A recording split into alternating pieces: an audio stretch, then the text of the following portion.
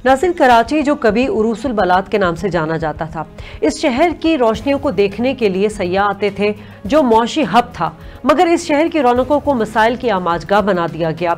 कराची इस वक्त सिसक रहा है, बिलक रहा है। इस शहर में ताफुन फैल रहा है उन लोगों की वजह से जो 12 साल से इस सूबे में हुक्मरानी कर रहे हैं, उनकी वजह से जो लिसानी बुनियादों पर इस शहर पर काबिज रहे। आज भी कराची के मसाइल को लेकर इक़्तिदार और इख्तियारात की जंग है, एक दूसरे पर सियासी इल्ज़ामात की बौछार है। हालिया दिनों में बारिशों के बाद एक बार फिर कराची की गूंज अदालत उज़्मा में भी सुनी गई और कुछ बाज़गश ये भी कि वफाक कराची का कंट्रोल अपने हाथ में लेने की कोशिश कर रहा है, जिस पर पीपल्स पार्टी के कायदीन का सख्त रद्द-ए-अमल देखने में आया कि सिंध के टुकड़े नहीं होने देंगे।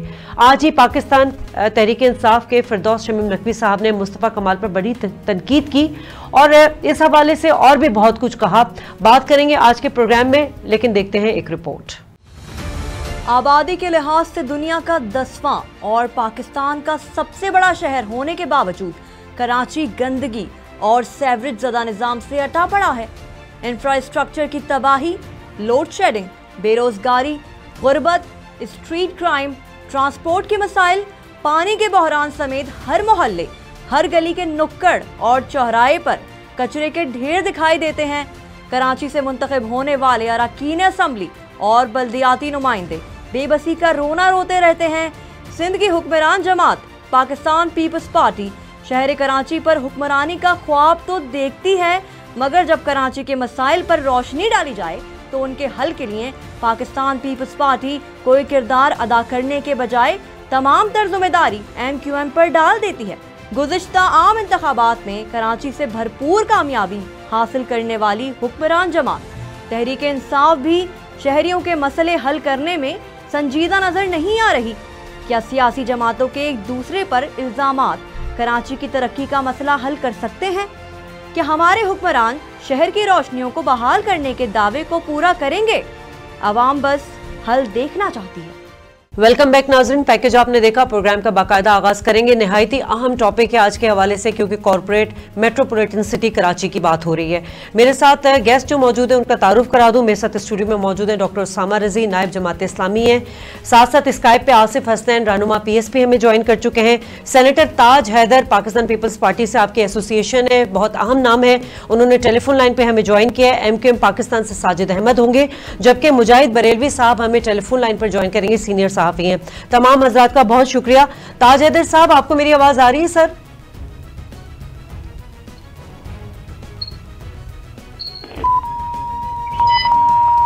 ताज हैदर साहब को आवाज आ रही है? अच्छा, ताज हैदर साहब से हम कांटेक्ट करने की कोशिश कर रहे हैं। उसामा साहब हमारे साथ स्टूडियो में ही मौजूद हैं। उसामा साहब, बात हो रही है कराची के अहम मामलात पर। हर बार हम महफिल सजाते हैं और फिर हम उठ जाते हैं। कराची जो कि एक रीजन का हब है, एक मेट्रोपॉलिटन सिटी है, आपको कहाँ लूप होल्स नजर आए कराची को अनस्टेबल होने में या इस तमाम मसाइल का गढ़ बनाने में? बिस्मिल्लाहिर्रहमानिर्रहीम। बिल्कुल आपने सही कहा कि मसाइल का गढ़ क्या है, मसाइल की दलदल है और दलदल में यहाँ के बसने वाले धंसते चले जा रहे हैं। शदीद बदतरीन बहरानी कैफियत है, बहरान दर बहरान दर बहरान दर बहरान है। कौन सा बहरान नहीं है? ज़िंदगी की बुनियादी सहूलतें इस शहर के लोगों को मैसर नहीं है। दुनिया के चंद बड़े शहरों में से एक शहर है।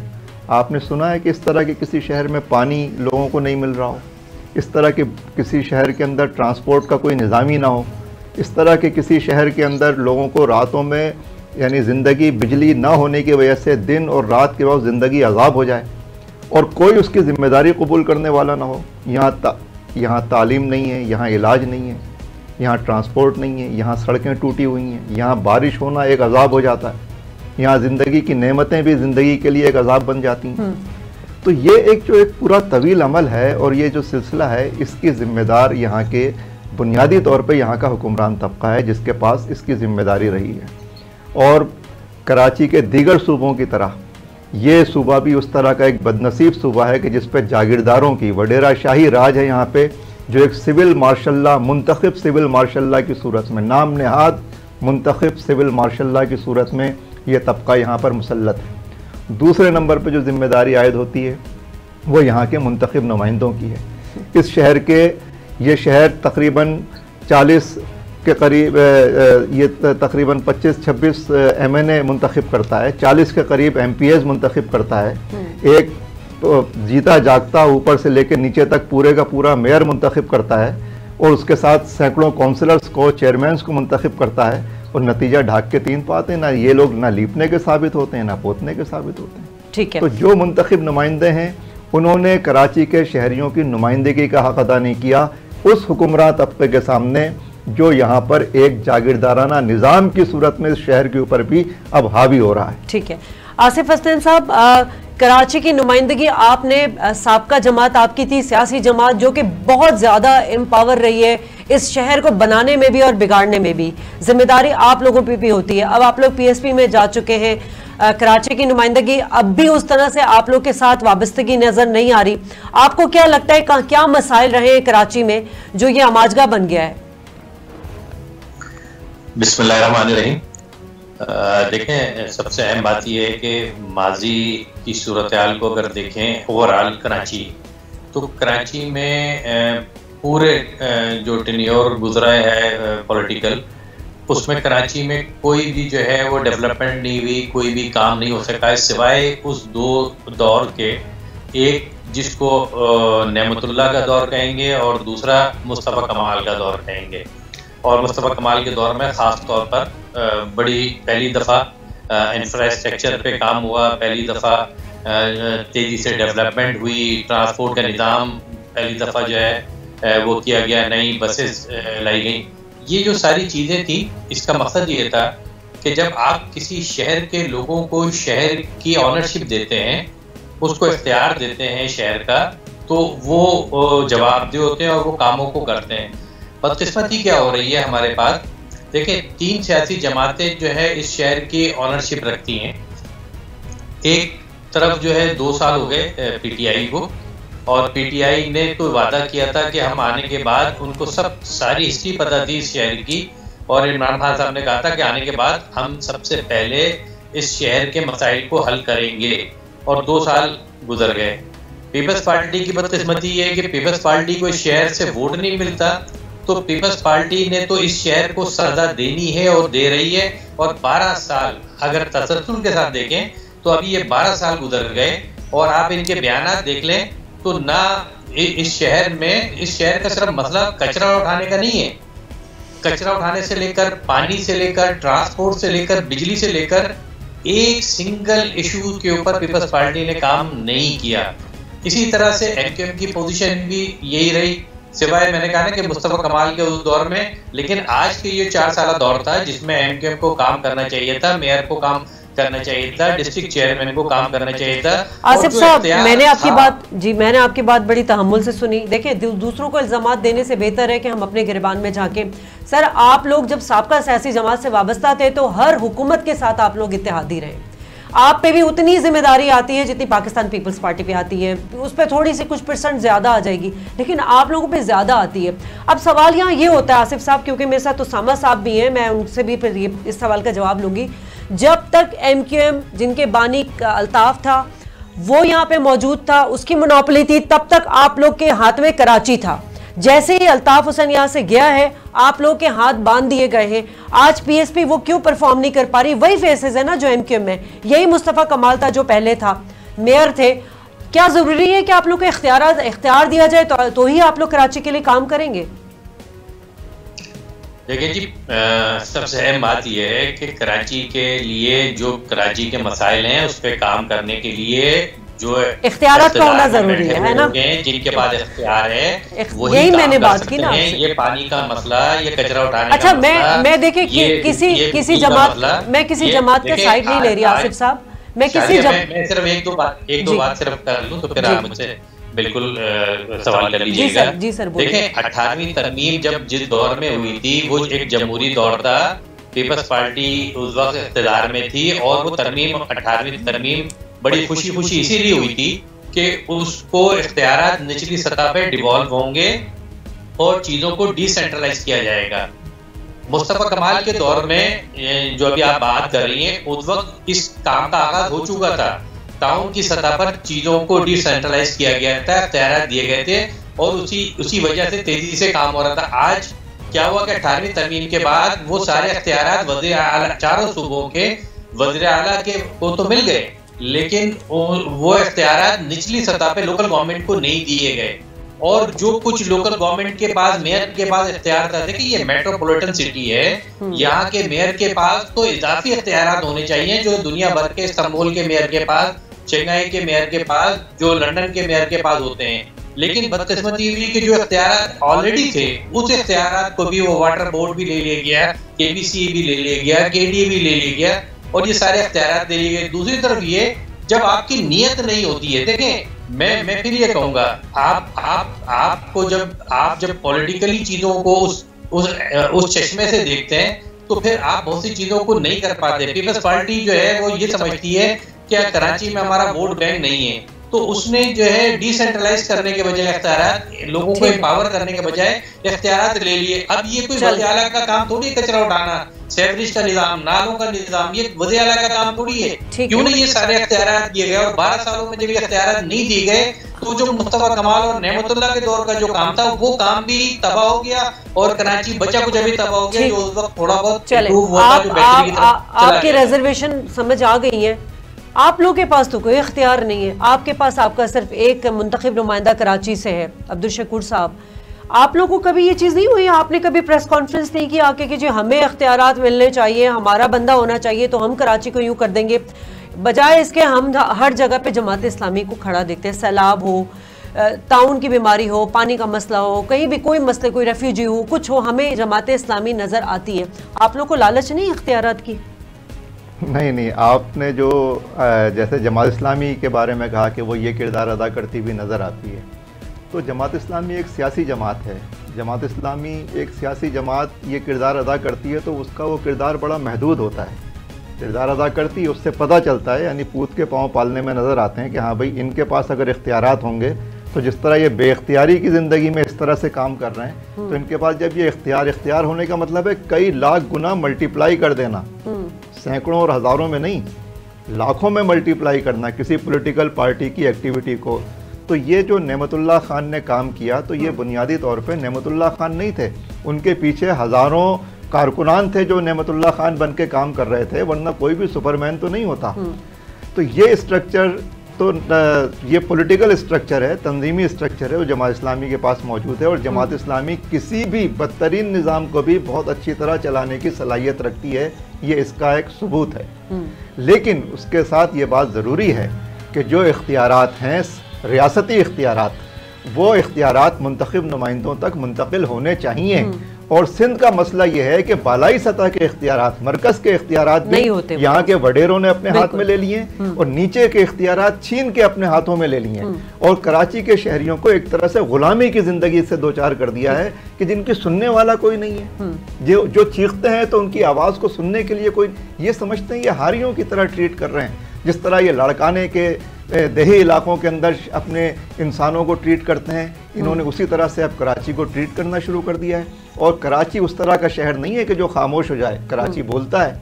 कराची को जब कुचला जाएगा, और कराची को 30 साल कुचला गया है, लेकिन इसके अंदर अल्लाह ताला ने एक ऐसी दाखिली ताकत रखी है कि कराची आज भी बोल रहा है, और आइंदा ज़्यादा ज़ोर से बोलेगा, ये भी मैं आपको बता दूँ। ठीक है आसिफ साहब, आज फिरदौस शमीम नकवी साहब ने एक प्रेस कॉन्फ्रेंस की, और यकीनन आपने भी गोशगुजार की होगी। उन्होंने कहा कि इदारों को ख़राब करने में मुस्तफ़ा कमाल साहब का हाथ है। उन्होंने ये भी कहा है कि जो करप्शन थी, बानी कायद जो आपके अल्ताफ़ साहब होते थे पहले, उन्होंने वो उस करप्शन की सज़ा दी थी मुस्तफ़ा कमाल को और हटाया था। क्या ऐसा ही है?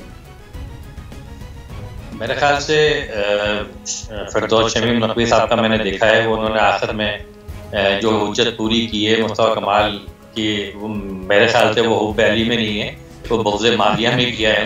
क्यों वजह क्या है? वजह क्या आसिफ साहब? क्योंकि कुछ जुमला कह रहे थे, तो उनको ये सोचना चाहिए था कि वो मुस्तफ़ा कमाल जिसकी तारीफ दुनिया ने की है कि जब ये कराची जो है, जब वो डेवलपमेंट हो रही थी कराची में, तो कराची दुनिया के जो है तेज तरीन तरक्की याफ्ता शहर में शुमार हो गया था।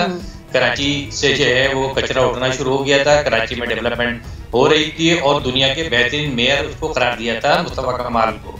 तो मेरे ख्याल से फिरदौस शमीम नकवी जैसा आदमी, उनको ये सोचना है कि 2 साल से वो बैठे हैं, और जो वादे उन्होंने किए कराची में, तो कराची की जमीनों पे कब्जे ना करें, अपनी बिल्डिंग और कंस्ट्रक्शन के काम को छोड़ें, जो जो जो जो नजरें रखी है कराची पे उसको छोड़ के वो अपने कामों को करें, एलिगेशन ना लगाएं किसी ऊपर। और फिरदौस शमीम नकवी की तो इनके अपने लोग नहीं बात सुनते। आप अगर इनको देखें तो इनके सबके रुख अलग-अलग हैं। अली जैदी कुछ और कह रहे होते हैं, वो पीपल्स पार्टी के साथ नया पाकिस्तान है ना, इसलिए ऐसे होते हैं। इमरान इस्माइल के पीपल्स पार्टी के साथ मरासिम बड़े होते हैं, तो फिरदौस शमीम नकवी बुरा भला कह रहे होते हैं। भाई आप बुरा भला नहीं कहें, आप अपोजिशन नहीं है, आप हुकूमत हैं, आपके पास इख्तियार है, अल्लाह ने इख्तियार दिया है।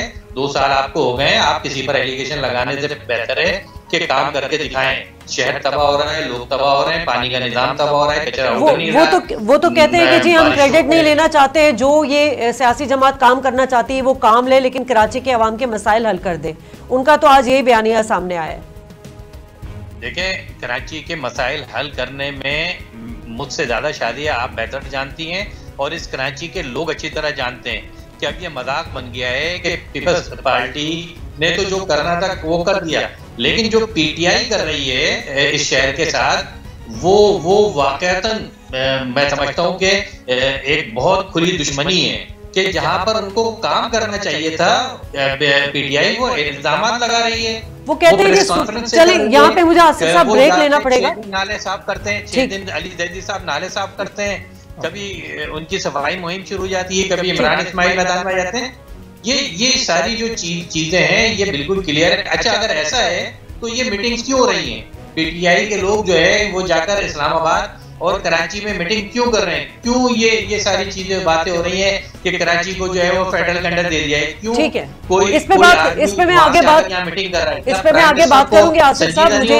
मुझे यहाँ पे ब्रेक लेनी है, ब्रेक के बाद वो प्राइम मिनिस्टर को करनी चाहिए। ठीक है, ब्रेक लेनी पड़ेगी आसिफ साहब। मुझे यहाँ पे आपको माजरत के साथ कट करूंगी, आप ब्रेक लेते हैं, ब्रेक के बाद कंटिन्यू करेंगे।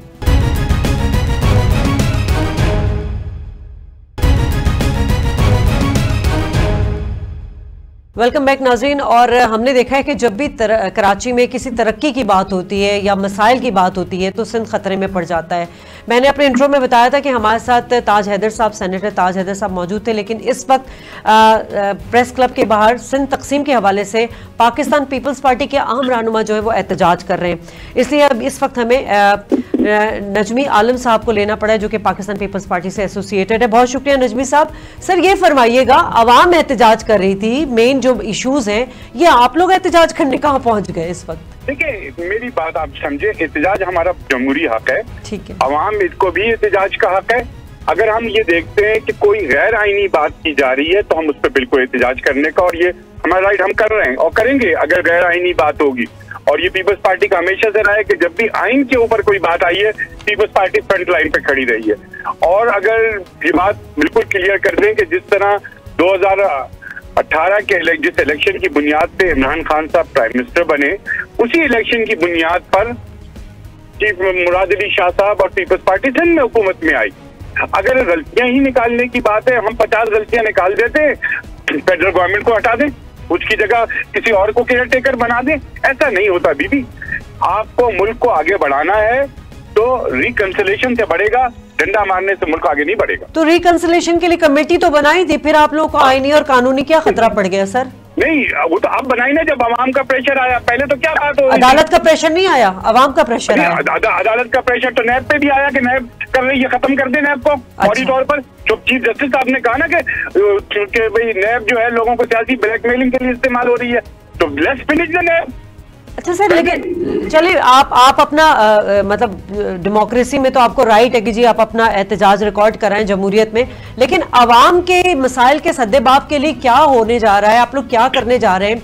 ये इतना मसले जो हैं वो बढ़ते ही चले जा रहे हैं कराची के। बिल्कुल मसाइल हैं कराची में, इसमें कोई, मैं ये नहीं कहूँगा कराची में मसाइल नहीं, लेकिन ये मसाइल आपको सबने, अब आज कमेटी बनी है, अच्छा इक़दाम हुआ है, मैं उसको अप्रिशिएट करूंगा। अगर पहले ही ये बात कमेटी की करके कर ली। देखें, जब नवाज शरीफ साहब प्राइम मिनिस्टर बने थे कराची के हालात काफी खराब थे, ठीक है ना। नवाज प्राइम मिनिस्टर साहब आए, as a prime minister Nawaz Sharif, उन्होंने कराची ऑपरेशन को किया और कायम अली शाह साहब को उसका हेड बनाया। उन्होंने ये नहीं कहा कि मैं कराची को अपने कंट्रोल में ले रहा हूँ, मैं कराची का अमन अमान सही करूंगा। दैट वाज अ डेमोक्रेटिक वे। और कराची का अमन अमान दोनों पीपल्स पार्टी, मुस्लिम लीग नून एक पे आए और कराची का अमन अमान सही हुआ। तो अगर यही एटीट्यूड अगर इमरान खान साहब भी यही एटीट्यूड कर लेते तो शायद बहुत पहले चीजें नहीं सर, यहाँ पे आपके थोड़ा मुझे कॉन्फ्लिक्ट लग रहा है आपके स्टेटमेंट पे। सर आपने कहा कि कमेटी बन गई है, अच्छी बात है, अब हम काम करेंगे मिलके। कमेटी का तो नहीं पता, कमेटी ने अभी तो आज अनाउंस हुआ है ना सर। सर ये आज अनाउंस नहीं है, मतलब कमेटी के बारे में बातचीत तो बहुत पहले से कर दी गई। 17 अगस्त को सीएम सिंध साहब का एक स्टेटमेंट है जिसमें उन्होंने कहा कि हम सिंध के टुकड़े नहीं होने देंगे, सिंध हमारी माँ है। तो अवाम ये पूछता है, सर मेरा सवाल सुन ले प्लीज, अवाम ये पूछना चाह रही है क्या वाकई सगी माँ है या सौतेली माँ है जो 8-10 साल से 1 दिहाई हो गई, 12 साल हो गए आप लोग को बरसरे इख्तिदार आए हुए, और कराची जो दुनिया के बड़े मुल्कों में था अब मेरा ख्याल है 5वें नंबर पर आ रहा है गंदगी के हवाले से दुनिया में। बीबी मैं तो फिर यही आपसे सवाल कर सकता हूँ कि आपको ये बल्दियाती मसाइल पे आपको मेयर साहब से पूछना चाहिए। सबसे करते हैं सर, कहते रहे इख्तियार नहीं है लेकिन 5 साल अपनी कुर्सी, तो हम तो उनसे कहते हैं ना कि आप छोड़ दें कुर्सी, आपके पास अगर इख्तियारात नहीं है तो हम भी आपसे यही सवाल कर रहे हैं कि आप लोग के 12 साल से आप लोग के हाथ पैर कहाँ बंधे हुए हैं सर? जो आप अगर सिंध के किसी हिस्से का फैसला करेंगे तो सिंध करेगा, कोई एक शहर नहीं करेगा। सिंध का पार्ट है कराची और सिंध के अवाम फैसला। सर आपको कैसे लग रहा है, आपको अच्छा पीपल्स पार्टी गवर्नमेंट रहे, आपको क्या लग रहा है, क्या ये कराची के कंट्रोल की बात है? विफाक ये चाहता है कि कराची को कंट्रोल कर ले, कि कराची को किसी तरह हम अपने कंट्रोल में ले ले। कैसे ले ले वो सर? वो यहाँ तो मसले की बात हो रही है सर, कहाँ पे बात हुई है कि कराची? देखिए ना, मसले की बात हल करने से होती है, कराची को कंट्रोल करने की अपने हाथ में लेने की जोर जबरदस्ती के, तो वो तो सर इस्लामाबाद में जो मीटिंग हुई आप लोग वापस आए और बड़े खुश उसलूबी से आए और बड़े अच्छे अच्छे स्टेटमेंट दिए। अगले दिन नासिर शाह साहब जो है उन्होंने दूसरा स्टेटमेंट दे दिया कि जी ऐसी कोई बात नहीं है, कोई कमेटी नहीं बैठी और हम किसी को सिंध में दाखिल नहीं होने देंगे, 18वीं तरमीम खतरे में नहीं हो। नहीं, सीएम साहब ने जो कहा कि हम अपना आईनी इख्तियार किसी को नहीं देंगे और उस पर हम स्टैंड भी करते हैं। कमेटी बनेगी आईनी, जैसे नवाज शरीफ के दौर में आईनी इख्तियार सूबे के वजीर आला का था कि वो उसको करता, उन्होंने वही तरीका इख्तियार किया, उस ऑपरेशन का इंचार्ज कायम अली शाह साहब को बनाया। लेकिन सर आप भी समझते हैं कि एडमिनिस्ट्रेटिवली देखते हैं कि फेडरल गवर्नमेंट के कराची के मसाइल है। अच्छा सर ठीक है, ये तो आपकी रिजर्वेशन है जो कि आप रिकॉर्ड करा रहे हैं बसूरत एहतजाज। अब मुझे ये बता दीजिए आप कि इस वक्त कराची के मसले के लिए आप नहीं समझते कि एम्पावर लोकल गवर्नमेंट होनी चाहिए ताकि इख्तियारात जो है वो निचली सतह पर आए? अब ये 6 डिस्ट्रिक्ट जो बना दिए गए हैं उसमें कोई हल आपको नजर आ रहा है? देखिए ये जो सिस्टम है कि अब सीएम साहब भी कचरे का ठेका अपने पास ले ले, दीगर इदारों को भी अपने पास। मेरी बात सुने कि 6 डीएमसी और केएमसी पहले भी इसी शहर में रही है हमेशा, ठीक है, वो कोई नई चीज नहीं बना दी पीपल्स पार्टी ने। ये मेयर साहब सर इख्तियारात नहीं दिए गए ना, वो तो उनसे जब पूछो वो कहते हैं सारा वाटर बोर्ड आप लोग के हाथ में है, कचरे का ठेका आप लोग अपने हाथ में ले रहे हैं, मतलब वो कहते हैं हमारे तो हाथ पैर बंधे हुए। 6 क्या 12 डिस्ट्रिक्ट बना दें, मसला तो नहीं हल होने वाला है। बात ये है कि आपने एक कंपनी को लेकर आए, हम सॉलिड वेस्ट के नाम पे पीपल्स पार्टी ने किया कि वो शहर से कचरा उठाएगी, और लेकिन उसमें ऐसा नहीं था कि डीएमसी उसमें कहीं नजर नहीं आ रही थी, ऐसा नहीं था कि अच्छा मेरे साथ नजमी साहब मेरे साथ मेरी बात सुन ले। देखिए कचरा उठाना मैं मेयर को भी जिम्मेदार नहीं दूंगा, डीएमसी का काम है, ये मेयर का काम नहीं है। 6 डीएमसी के जो चेयरमैन है उनका काम है उसको देखे। अब मैं अगर आपको ये मिसाल सब पॉलिटिक्स से हटके बदतरीन ईस्ट और साउथ बेहतर है सेंट्रल और कोरंगी से, ठीक है, कचरे के शहर के हवाले से बात कर रहा हूँ, और वेस्ट की निस्बत सफाई के लिहाज से। अब ईस्ट में एनकेएम का चेयरमैन है, मैं उसको बुरा नहीं कहूंगा, मैंने देखा उसने काम किया है, लेकिन सेंट्रल में तबाही हुई हुई है कचरे की, वहां पर भी एनकेएम, वरना फिर ईस्ट में थोड़ा बेहतर नहीं होता जैसा के सेंट्रल में है, तो ऐसी बात नहीं है। सर ईस्ट में आके आप देखें, आपने शायद देखा नहीं है, वहाँ पे आप आए नहीं, आपको पता नहीं क्या हालात है। अच्छा उसामा रजी साहब मेरे साथ बेहतर है, सेंट्रल और वेस्ट से निस्बतन बेहतर है, साउथ निस्बतन बेहतर है कोरंगी से। वहाँ के चेयरमैनों ने कुछ पे काम किया, अब अगर वहाँ के उस डीएमसी के चेयरमैन ने उस पे अपना कोई काम नहीं किया तो उसने, फिर मैं ईस्ट के चेयरमैन को मैं क्या कह रहा हूँ, एनकेएम का है, मैंने देखा है उसने काम किया है, मैं उसको उसकी मुखालफत नहीं करूंगा। सर जब सब काम कर रहे हैं तो फिर मसला क्या है? उसामा साहब से पूछ लेते हैं, आप टेलीफोन लाइन पर ही मेरे साथ मौजूद रहेंगे। उसामा साहब आप सुने आपने सारी डिस्कशन, तो मतलब वो भी अपनी जगह क्या सही कह रहे हैं? मैंने इनकी नजमी आलम भाई की बात पूरी तरह सुनी है जी, और मैं समझता हूँ कि वो जिस तनाजुर में बात कर रहे हैं वो बहुत ही महदूद है। और असल मसला जिस आइनी बहरान की या आइनी इख्तियारात की वो बात कर रहे हैं, वो आइनी इख्तियारात सिर्फ इस सूबे के ऊपर जो हुक्मरान तबका मुसल्लत है, जो मैंने पहले भी कहा और शायद उस वक्त ये लाइन पर नहीं थे, मैं उसको रिपीट कर रहा हूँ कि सूबे सिंध का बुनियादी मसला ये है कि यहाँ पर एक जागीरदार तबका है जो यहाँ पर एक जमहूरी नाम नहाद निज़ाम जमहूरियत के तहत यहाँ पर मुसल्लत हुआ है। सिंध के लोगों की राय के मुताबिक नहीं, यहाँ पे इंतखाब के नाम पे एक तमाशा और फ्रॉड होता है। राय को हाईजैक करके यहाँ पे एक मखसूस ताकतवर तबका मुसल्लत होता है। वो तबका अब यहाँ पर शहरों के ऊपर भी मुसल्लत होता चला जा रहा है और उसने सारे इख्तियारात मरकज के और नीचे के अपने हाथों में उसको मुर्तकिज कर लिया है। बुनियादी चीज़ सिर्फ कचरा नहीं है, ये तो सिम्टम है। कचरे का मसला है, ट्रांसपोर्ट है, पानी है, बिजली है, ये सब सिम्टम्स हैं किसी मर्ज के। असल मर्ज क्या है? अगर आप बात को आगे बढ़ाइए ना, क्या उस कराची सारा जाहिल लोगों के ऊपर मुश्तमिल है? जितनी सूबे के अंदर नौकरियां आती हैं उसमें कराची के लोगों को कितना शेयर मिला है? आप पुलिस का पूरा निजाम देखिए, क्या सिंध में कराची शहर में पुलिस के इस पूरे निजाम में वहां से सैकड़ों जाली डोमिसाइल के ऊपर यहाँ पे नौकरियां मुसल्लत की गई हैं यहाँ पे, और गैर कराची वालों को यहाँ पर नौकरियां दी गई हैं। यहाँ पे नवाब शाह से या कहाँ से 150-200 के करीब जो है वो पुलिस ऑफिसर्स को जो है वो ट्रांसफर के नाम पे यहाँ पर ले आए और यहाँ की वैकेंसीज को फिल कर। तो ये तरीका सही है जब आप ये सारा तर्ज अमल, ये वडेरा शाही जागीरदाराना मुसल्लत होने का, बालादस्ती का ये तर्ज अमल कराची के शहरियों के साथ इख्तियार करेंगे तो इसका एक रद्द अमल पैदा होगा और आप ये समझेंगे कि फला आप तकरीर में आप टीवी के ऊपर जो चाहें किसी को कहते हैं, लेकिन कराची हारियों का शहर नहीं है। ठीक है आसिफ भाई, आपको आवाज आ रही है? जी जी आ रही है। अच्छा आसिफ भाई, उसामा भाई ने तो बात की वडेरों जागीरदारों का यहाँ पे एक जो है ना वो मतलब पेनिट्रेट कर चुकी है। आप लोग की जब पहले वाली जमात से वाबस्तगी थी तो लिसानियत के बेसिस पे कहा जाता था कि जोर आवर रहेगी जमात, तो आपको वाकई लगता है जब मुस्तफ़ा कमाल थे तो उनको इख्तियारात मिले हुए थे, उनके हाथ खुले हुए थे, तभी उन्होंने इतनी डेवलपमेंट की थी? शादिया, सबसे पहली बात यह है कि मुस्तफ़ा कमाल के दौर की जब आप काम की बात करते हैं तो हमें एक बात समझने की ज़रूरत है कि पीपल्स पार्टी को अभी किस इख्तियार की ज़रूरत है। क्या कचरा उठाने के लिए किसी कमेटी बनाने की ज़रूरत है? नालों की सफाई के लिए किसी कमेटी की ज़रूरत है? वो तो कह रहे हैं ना सिंध सॉलिड मैनेजमेंट उन्होंने बनाया इसीलिए कचरा उठाने के लिए।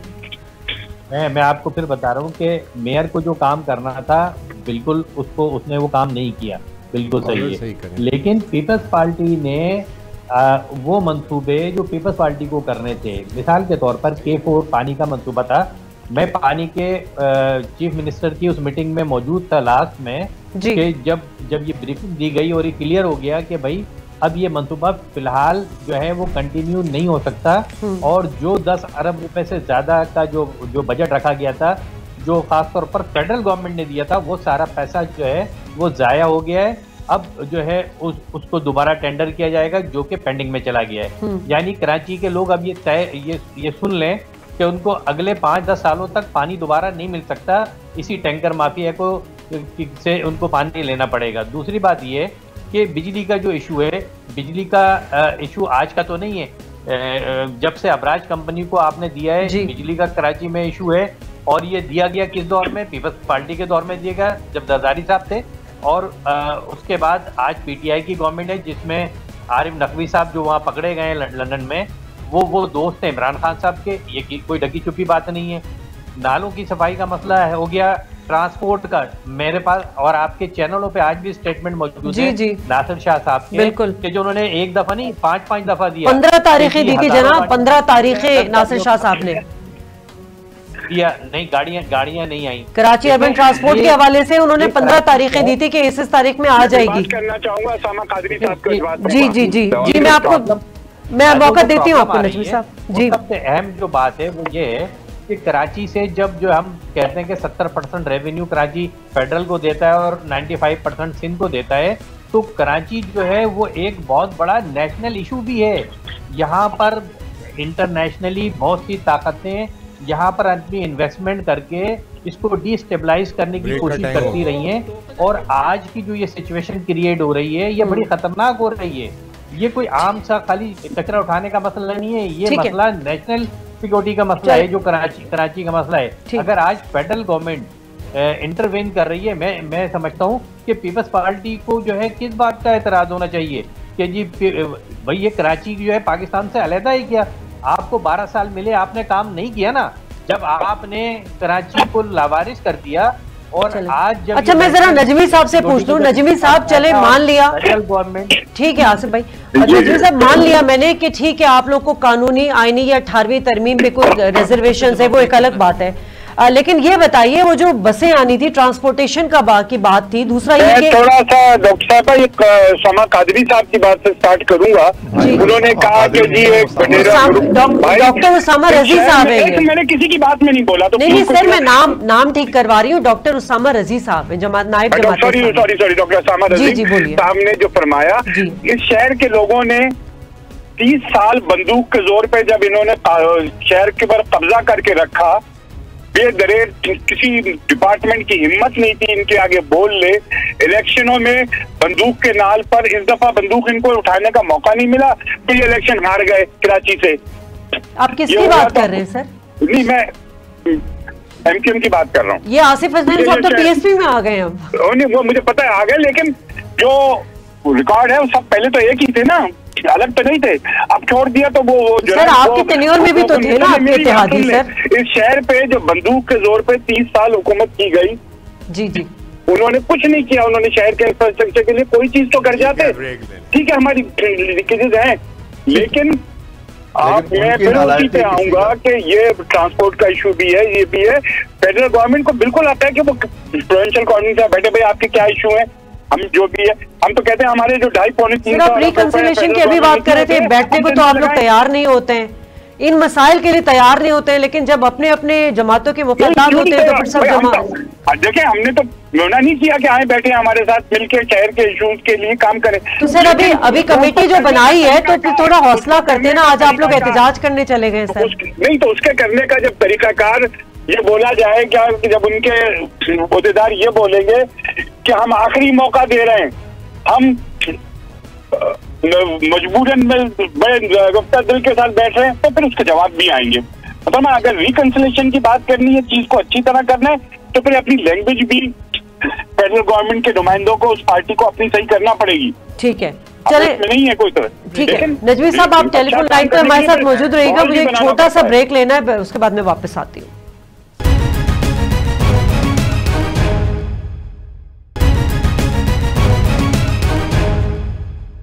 वेलकम बैक नाज़रीन, प्रोग्राम के सिलसिले को आगे बढ़ाते हैं। साजिद अहमद हमारे साथ मौजूद हैं, एमक्यूएम पाकिस्तान से आपका ताल्लुक है, बहुत शुक्रिया साजिद साहब। साजिद साहब, कराची की मिसाइल पर जब भी बात आती है तो पाकिस्तान पीपल्स पार्टी के साथ अवाम जो है वो आप लोगों को भी बड़े अच्छे लफ्जों में याद करते हैं, तो आपको लगता है कि वाकई आप लोगों की भी जिम्मेदारी रही है कराची को इस तरह मसाइल का गढ़ बनाने में? बिस्मिल्लाहिर्रहमानिर्रहीम, अस्सलाम वालेकुम। वालेकुम। देखिए ये जरूर है कि कराची के लोगों ने, हैदराबाद के लोगों ने जो बल्दियाती निज़ाम था उसको वोट किया, और उस वोट के नतीजे में एमक्यूएम इक़्तिदार में आई। कराची का मेयर, हैदराबाद का मेयर, डिप्टी मेयर वो एमक्यूएम पाकिस्तान को मिला। अच्छा, यकीनन बहुत ज़्यादा दूसरे जज्बे के साथ सारे आए थे काम करने कि यकीनन हम फुल फ्लैश होकर इंशाल्लाह काम करेंगे और कराची के नक्शे को तब्दील करेंगे। लेकिन हुआ ये कि 18वीं तरमीम के बाद जब खास कौमी असम्बली से हुई उसको एमक्यूएम ने भी सपोर्ट किया था। अच्छा, वो कौमी असम्बली सेनेट से पास होकर 18वीं तरमीम आ गई, छोटे सूबों को खैरात मिल गए कि एनएफसी अवार्ड की मद में जो पैसे मिलेंगे वो छोटे सूबों को मिलेंगे। अच्छा, हम बहुत ज्यादा खुश थे कि सूबे डिवॉल्व करेंगे और उन पैसों को सिटी के अंदर, सिटी नीचे डिस्ट्रिक्ट को देगा, डिस्ट्रिक्ट नीचे को देगा। इस तरह से ग्राउंड लेवल तक चीजें जाएंगी और यकीनन शहर बेहतरी की तरफ आएगा। लेकिन अभी इत्तेफाक ये कि थोड़ी देर पहले, 1-1.5 घंटे पहले, मेयर हैदराबाद इत्तेफाक से यहाँ से कराची की मीटिंग में आए हुए थे, तो मेरे पास से मेरे घर से होते हुए गए हैं यहाँ से। तो मैंने उससे पूछा कि तैयब भाई के क्या पोजीशन क्या रही 3-4 साल के दौरान। क्या उनका कहना कि यही था कि देखें, जो मुझे हैदराबाद को जो पैसे मिलते थे, सिर्फ इतने पैसे मिलते थे कि तनख्वाह हम लोगों की पास है, और डेवलपमेंट की मद में बिल्कुल 0 पे हमें रखा। अच्छा, उनकी ये शिकायत का ज़ाला वहाँ के कमिश्नर और जो लोग हैं, जो मुताल्लिका लोग बुलाते थे, अक्सर कमिश्नर भी मौजूद होते हैं, और उन्होंने कहा कि मैंने भी वहाँ ये चीज़ें डिस्कस की, उनको बताई सब कुछ था। अच्छा, बिल्कुल इस तरह से कराची वो ये कि सिंध के पास 28 तारीख के बाद जो इख्तियार आए, वफाक ने पैसे सिंध को भेजे, सिंध ने उसका मिस यूज़ किया, वो सबको पता है। आज नैब जिस तरह से एक्टिव है, अंदाजा है सबको। लेकिन बहरहाल हुआ कि कराची को फंडिंग ना करने की वजह से कराची का बुरा हाल हो गया। अच्छा, हमारा कहना ये था कि चलें, आप कराची को ये देखें, अंदरूनी सिंध के लोगों ने आपको वोट किया है तो कम से कम अंदरूनी सिंध में कुछ काम करके दिखा दें। लेकिन पूरा सिंध जीरो पे खड़ा हो गया आके, और पूरे सिंध का बुरा हाल हो गया। आप देखेंगे सिंध में भी सैलाब आया। तो सर, मेरा सवाल ये है कि आप लोग इतने अरसे कराची और हैदराबाद में आप लोग की इजारादारी रही है, अब अगर आप अदालत की स्टेटमेंट उठा के देखें तो वो स्टेटमेंट सुन के शर्म आती है। मतलब नालों के ऊपर तजावुजात कायम किए गए, आधा कराची जो है वो कब्जे पर है, इसके अलावा जितने फलाही प्लॉट थे वो आप लोगों के निकले, किसी का शादी हॉल निकला, किसी का कुछ निकला। मतलब ये जो इतने अरसे में 30 साल में जो कराची के साथ किया है, इसका उजाला कौन भरेगा? देखिए, एमक्यूएम को 35, 36, 37 साल तकरीबन यहाँ पर वर्क करते हुए हो गए कराची के अंदर। अच्छा, इस 35-36 साल में जो एमक्यूएम पे हालात रहे हैं, वो पाकिस्तान की किसी जमात पे अच्छे हालात नहीं रहे हैं। अच्छा, फिर आपको पता था 22 का एक इंसिडेंट हुआ, उसके बाद की सूरत हाल, हमें अपना सर्वाइवल ही हमारी मुश्किल थी, तो हमने अपने सर्वाइवल के लिए कोशिश की, जितना भी हद इम्कान कोशिश की। लेकिन फिर उसके बाद यकीनन एमक्यूएम को सबको पता है, दुनिया को पता है कि आज एमक्यूएम एक वीक पोजिशन में खड़ी हुई है कि आज भी एमक्यूएम के तमाम ऑफिस तोड़ दिए गए, खत्म कर दी गए, कारकुनों की गिरफ्तारी आज तक जारी गुजरा। अभी कुछ दिन पहले पुलिस से न जाने कितने कारकुन। सर, ये तो आपके अंदरूनी मामला है ना, एडमिनिस्ट्रेटिवली मैं बात कर रही हूँ। मेयर आप लोगों का है, अदालत के रिमार्क सुने, क्या चीफ जस्टिस पूछ रहा है कि जी आप कब जाएंगे, कब जान छोड़ेंगे? इससे ज्यादा बेइज्जती वाली बात क्या हो सकती है? माजरत के साथ। आप सही कह रही हैं कि जिस चीफ जस्टिस पाकिस्तान ने जो रिमार्क्स अदा किए, लेकिन एमक्यूएम ने भी तो एक पिटीशन आर्टिकल 140A के इख्तियारात के हवाले से सुप्रीम कोर्ट ऑफ पाकिस्तान में दी हुई है, उस पर तो कोई परसों आज तक हुआ ही नहीं। ये सिंध लोकल गवर्नमेंट एक्ट की बात कर रहे हैं ना आप सर? इसी शहर के अंदर कुछ अर्से पहले सेंसस हुए पूरे पाकिस्तान के अंदर, इस शहर की आबादी को आधा कट कर दिया गया, उस पर तो स्टैंड किसी ने लिए नहीं आज तक। जब मुस्तफा कमाल थे तब तो फंड्स के इख्तियारात की बात नहीं होती थी। अब जब से ये गिना रहा हूँ जी, मैं कुछ चीजें गिना रहा हूँ आपको ना, ज्यादा गिना। चलो, इसी शहर में डिलिमिटेशन हुई। मुझे अच्छी तरह याद है कि एक मोहतरम चीफ जस्टिस साबिक इफ्तिखार चौधरी साहब ने कहा कि कराची में डिलिमिटेशन की जाए, हल्के बंदी की जाए, कि किसी एक की ज्यादा ही ना रहे। सिर्फ कराची से तमाम रूल, कराची पूरे वफाक को 90% 3,000 रुपए दे रहा है सालाना। कराची को देने के लिए आपके पास कुछ है नहीं किसी के लिए। अच्छा, फिर ये एक सवाल ही जरूर बनता है मीडिया का भी और दीगर लोगों का भी कि भाई आपने इस्तीफे क्यों नहीं दिए, ये सवाल बनता है। अच्छा, बिल्कुल होना ही चाहिए था कि जो इख्तियार नहीं दे रहा उसको इस्तीफा देना चाहिए था, लेकिन इसके पास कुछ नहीं मांगे जा रहे थे। अच्छा, लेकिन बहरहाल अब 4 साल का जो वक्त है वो गुजर गया। ये आपने अच्छा मशवरा दिया, हम देंगे मशवरा कि जो इख्तियारात नहीं दे रहा वो इस्तीफा दे दे, और जो काम नहीं कर रहा वो बैठा रहे यहाँ पे। साजिद भाई, कैसी बात कर रहे हैं आप? बहरहाल, अच्छा चले, मुझे ये बताइए कि अब चूंकि मेयर साहब जो है वो बड़ी इज्जत के साथ अब जो है उनका सितंबर में टेन्योर खत्म हो रहा है, तो फिर इसका अब क्या है, कोई आ रहा है, अवाम दोबारा अपना मेयर मुंतखब करेंगे? मतलब आप लोग इस हवाले से क्या काम करेंगे? अच्छा, देखिए, कराची के लोग भी बाशऊर लोग हैं, बच्चे हैं नहीं, हर चीज समझते हैं। कराची के साथ जो ज्यादती नाइंसाफी आज तक शुरू से चली आ रही है, और हम लोग की कौमी असम्बली में, सूबाई असम्बली के अंदर, सेनेट के अंदर आवाज उठा के थक गए हैं। अवाम को शऊर देने का दिया माजरत के साथ आप लोगों ने 35 साल से लसानी बुनियादों पर रखा, 12 साल से वो वडेरों और जागीरदारों पे अवाम को अवेयरनेस कब दी सर आप लोगों ने? आप लोगों का तो काम ही यही था। देखिए, इस 40 साल के दौरान एक टर्न ओवर था फारूक सत्तार साहब का, जब वो मेयर कराची थे। एक टर्न फिर मुस्तफा कमाल साहब का था, एमक्यूएम की जानिब से था, वो भी उस वक्त मुशर्रफ साहब थे। मुशर्रफ साहब के जमाने में जिस तरह से फंडिंग कराची को की गई, इसकी मिसाल सिर्फ पाकिस्तान की तारीख से नहीं मिलती। फंडिंग की तो काम भी हुआ। अब फंडिंग नहीं करेंगे, किसी की जेब में 1 रुपया नहीं होगा तो आप उससे काम की तवक्का रखें, ये तो रॉन्ग है। ये तो फिर ज्यादती है ना। 5 अरब रुपए का बजट तो आपने हाउस में खुद मंजूर किया है ना, केएमसी ने। जी। केएमसी का वो बजट जो 25 अरब रुपए का है वो हाउस में खुद आपने मंजूर किया है ना। अच्छा देखिए, बिल्कुल सही कह रहे हैं। अच्छा, हर साल केएमसी की जिम्मेदारी है, डीएमसी की जिम्मेदारी भी है। केएमसी डीएमसी का नहीं, अच्छा वो भी अपने बजट, डीएमसी भी केएमसी भी अपने अपने बजट पास करते हैं। बजट पास करने का मतलब ये होता है कि हमारे ये एक्सपेंसेस है, ये डेवलपमेंट फंड में जाएंगे, ये पेंशन में, ये तनख्वाह में जाएंगे और ये गवर्नमेंट को देने हैं। तो पास तो हो गया पैसे, तो लेकिन गवर्नमेंट देगी। क्वेश्चन ये है कि पैसे गवर्नमेंट देगी। अच्छा, गवर्नमेंट ने जिस तरह से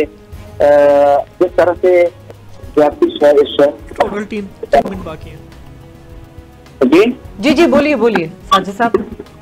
देखिए, सिंध गवर्नमेंट जिस तरह से ज्यादती इस शहर के साथ की, तो दुनिया को पता है। सर, सिंध हुकूमत ने खाली ज्यादती नहीं की है, उस तमाम जो सियासी जमातों ने ज्यादती की है जो हमेशा क्रेडिट लेते रहे लेकिन ओनरशिप नहीं ली। देखिए, हमें तो मिसाल के तौर पर एमके को मिसाल दें, सर आज आप लोग इत्तेहादी है ना, पीटीआई के इत्तेहादी। सर, पीटीआई के साथ आप लोग की कोलिशन पार्टनरशिप है ना। आज फिरदौस शमीम नकवी ने ये बात की है कि एमके पाकिस्तान जो है वो लंदन की बाकियात है। मतलब आप लोग इत्तेहाद में भी होते हैं, फिर आप लोग एक दूसरे पे इल्जामात भी रख रहे होते हैं। अच्छा नहीं, मैं एक दो बातें कहना चाहूंगा। देखिए पीटीआई भी इस 2 साल से गवर्नमेंट के अंदर है ना, उनके यहाँ पर तकरीबन 22 MP और रिजर्व मिला के 29 सीट हो रहे हैं और 14 उनके MNA शहर के अंदर, ठीक है ना, 14 MNA, लेकिन वो भी बेचारे पावरलेस हैं। अच्छा, वो पावरलेस होने की टेक्निकल वजह ये है, कैसे पावरलेस हैं भाई? MNA हैं, क्या बात कर रहे हैं? किस, मुझे ये बताएं तो पावर है किसके पास? खुल के बता दो, सारे पावर किसके पास है? नालायकी को कह रहे हैं सब, यही बात है साजिद साहब। हर जमात अपनी नालायकी छुपा रही है, एक दूसरे पे इल्जाम तराशियां कर रही है। मैं वही टेक्निकल पॉइंट आपसे डिस्कस करना चाह रहा हूँ जो शायद कोई समझ नहीं पा रहा। मैं ये कहना चाह रहा हूँ कि देखिए, उनके भी 14 MNA हैं, 22 MP हैं, रिजर्व मिला के 28, गवर्नर उनका है, लेकिन टेक्निकल नॉकआउट वो इस वजह से यहाँ पर हो रहे हैं कि 18वीं तरमीम के बाद वो इन्वॉल्व डायरेक्ट नहीं हो सकते, वफाक प्रोविंस के मामला में डायरेक्ट इन्वॉल्व नहीं हो सकता। अच्छा, हमारा क्या अच्छा मुझे ये बताइए कि अगर कराची के बेहतरी के लिए, मुल्क की बेहतरी के लिए अगर वो इंटरवीन करती है आईनी या कानूनी तरीके से, तो इसमें क्या मुजायका है? अवाम को इस वक्त सिर्फ बेहतरी चाहिए, उनको रिलीफ चाहिए, उनको सुकून चाहिए, वो टैक्स पे करते हैं। हाँ बिल्कुल, ये वफाकी गवर्नमेंट की गवर्नमेंट जिम्मेदारी है। मसला ये कि आप लोग साहब से भी ले लेते हैं जी, क्या कर रहे हैं? देखिए, ये सब कुछ सूरत हाल है ना, तो जिनके हाथ में नुमाइंदगी की अमानत दी गई है वो लोग इस मसले पे क्या कर रहे हैं? उनका कोई सियासी उनके तो हाथ बंद है, वो तो यही कहते हैं कि जी वो पीपल्स पार्टी से बात करो तो वो कहते हैं जी हम 18वीं तरमीम पे हमारे कदगन लग जाएगा, हम सिंध को बटने नहीं देंगे, सूबे को, कराची को किसी के कंट्रोल में नहीं आने देंगे। इनसे बात करो, ये कहते हैं हमारे पास इख्तियारात नहीं है, फंड नहीं है। सिंध गवर्नमेंट जो कहती है तो अवाम के इख्तियारात नहीं है आइन के अंदर। आइन के अंदर ये नहीं लिखा हुआ है कि आइन में अवाम को बुनियादी हुकूक मिलने चाहिए, हुकूमत की जिम्मेदारी ये है, ये आइन में नहीं लिखा हुआ है। और दूसरी बात यह है कि जो नुमाइंदे होते हैं, जो अपोजिशन पार्टी होती है, वो किरदार अदा करती है ना, वो भी नजर नहीं आती, हमारी अपोजिशन जमात नजर नहीं आती। वे सारे MNA MP है जो यहाँ पे इमरान खान ने जमा किए हैं। मैं माजरत के साथ ये बात कहूँगा कि इमरान खान ने कराची के नाअहलों का एक टोला है जो यहाँ पर मुसल्लत कर दिया है। इनको अगर आप कराची में छोड़ दें तो इनको कराची के रास्ते नहीं मालूम है, इनको कराची की आबादी के मिजाज के बारे में नहीं पता। इनके 90% MNA और MP डिफेंस क्लिफ्टन में रहते हैं जी। तो ये जो अपने घर सही से नहीं जा सकते हो, जिन्होंने कराची सही से देखा नहीं हो, और वो सियासी तौर पे क्योंकि इमरान की एक पॉपुलर वेव थी, वो उस पर सवार होके वो मुंतखब हो गए। साजिद साहब शॉर्टली जल्दी बता देगा, प्रोग्राम का वक्त खत्म हो रहा है।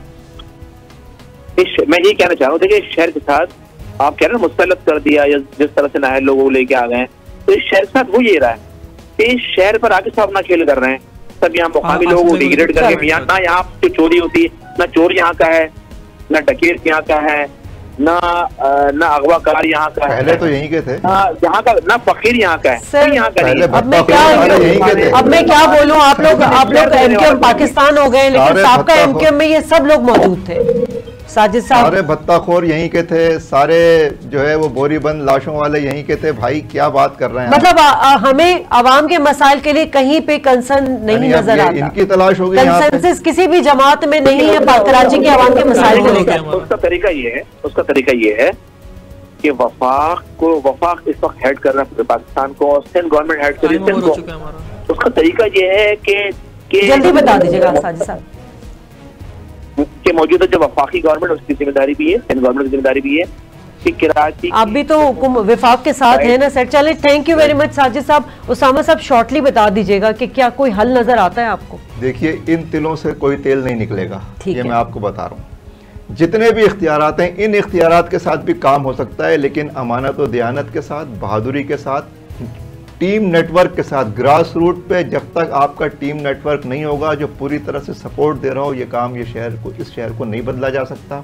और ये सलाहियत सिर्फ जमात इस्लामी के पास। चले, बहुत शुक्रिया आपका उसामा साहब।